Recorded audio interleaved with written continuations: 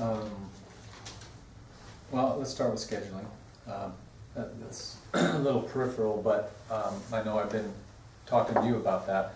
I wasn't particularly happy with the draw we had, but I understand the nature of the business and scheduling. I would have liked it to be a little more challenging, and you and I worked on that to try to toughen it up a little bit. But there was a danger in some of the games I was looking at of toughening it up a little too much, and then that can be as meaningless as a game against someone that's too easy. So, but I think we've got that all set. And you know what, Dave, I didn't want to spend a lot of time and your time agonizing over that. Most of the schedule was set, and there was one big thing there, and I think we reached a good compromise in scheduling one of the teams for just on a 1 year commitment.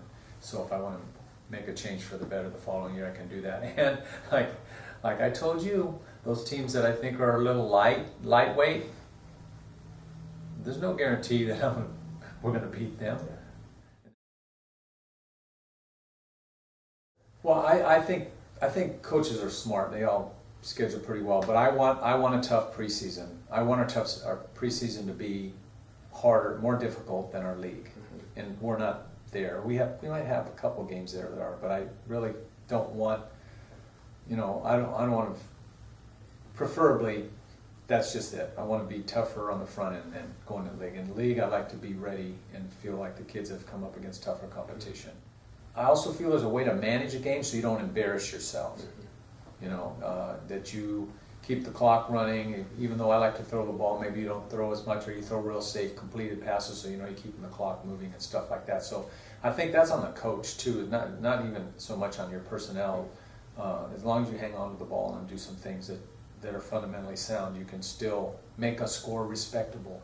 We did that our second year when we were here, and we played some really good teams, and I thought the scores were respectable, and the kids walked off the field and they could feel good about it, and I thought we could do that with this group right now, so I wasn't too worried about that. I think and I mentioned this before on tape, that I was just drained after all the attention and all the hoopla and the press conferences. And I told the kids today, I said, I want you to know something about me, and that is that, and you're not going to win any games because of just who I am. And two, I don't read my own press clippings, and I really feel like I have a lot to prove.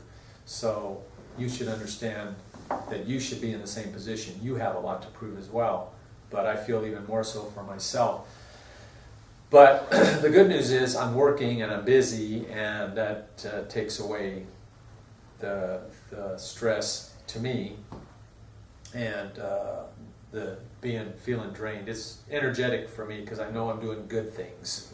So it's kind of a positive energy.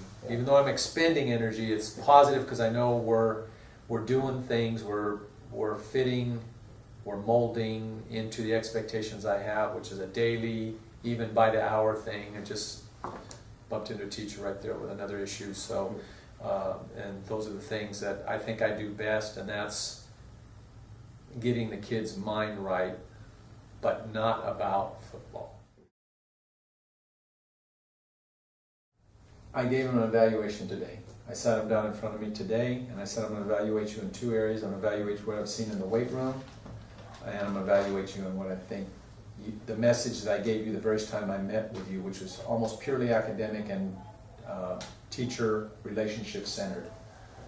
And I told them I gave them a C- on what I saw going on in the weight room. I told them I thought there was too much playing going on, too much talking going on.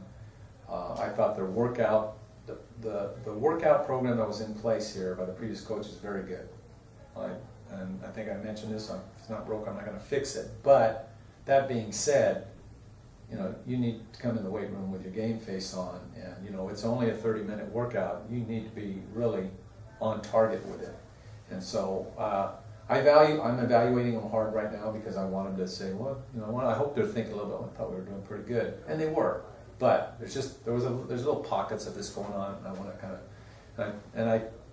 one of my favorite sayings when I'm talking to a kid or a group, say, hey, what do you want me to do? When they ask me a question, an evaluator type question, hey, coach, how am I doing? Do you want me to be nice, or do you want me to tell you the truth?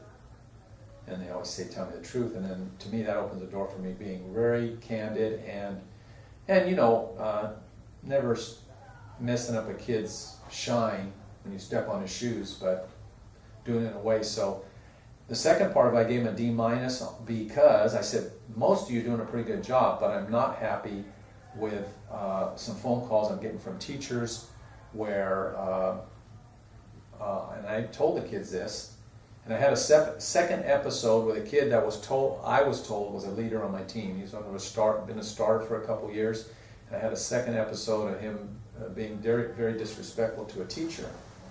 To me, this is just part of laying the groundwork. And the most important message was, I told the kids today about the D-. I said, here's what's concerning me right now, is most of these calls I'm getting are about you guys that are going to be seniors. And I said, we haven't had our senior meeting, but I'm going to tell you underclassmen this. The guys that are going to disappear first here are the seniors, because they should know better, and I'm going to be less patient with them. So that was my shot fired across the bow to the seniors, which I do every year. I've done it for years, and sometimes I hear coaches tell me about senioritis. Oh, we didn't meet our expectations because of senioritis. No team that I ever coached had senioritis. And this team will not be the first. I will make sure the seniors understand that if they don't live up to expectations that are higher than the younger players, I'll get rid of them first. Well, okay, yes, I was raised in a very faith-based family. I'll say that. In fact, my godmother, who's still alive, has been a big influence in my life, as my parents were. I had wonderful parents. And so I'm always thankful about that, because many of the kids I coached didn't have that. And I like to say, the number one thing that affects your life, you have no control over who's waiting for you when you come out. And I came up big, and some of my kids don't come up big. So, there's these things kind of mold you as you get older. You kind of realize the importance of it and stuff. And so, yeah, I seek the advice of a higher calling. I do. It's with my decisions and asking for what I need to get the job done. It's I call him the big head coach in the sky.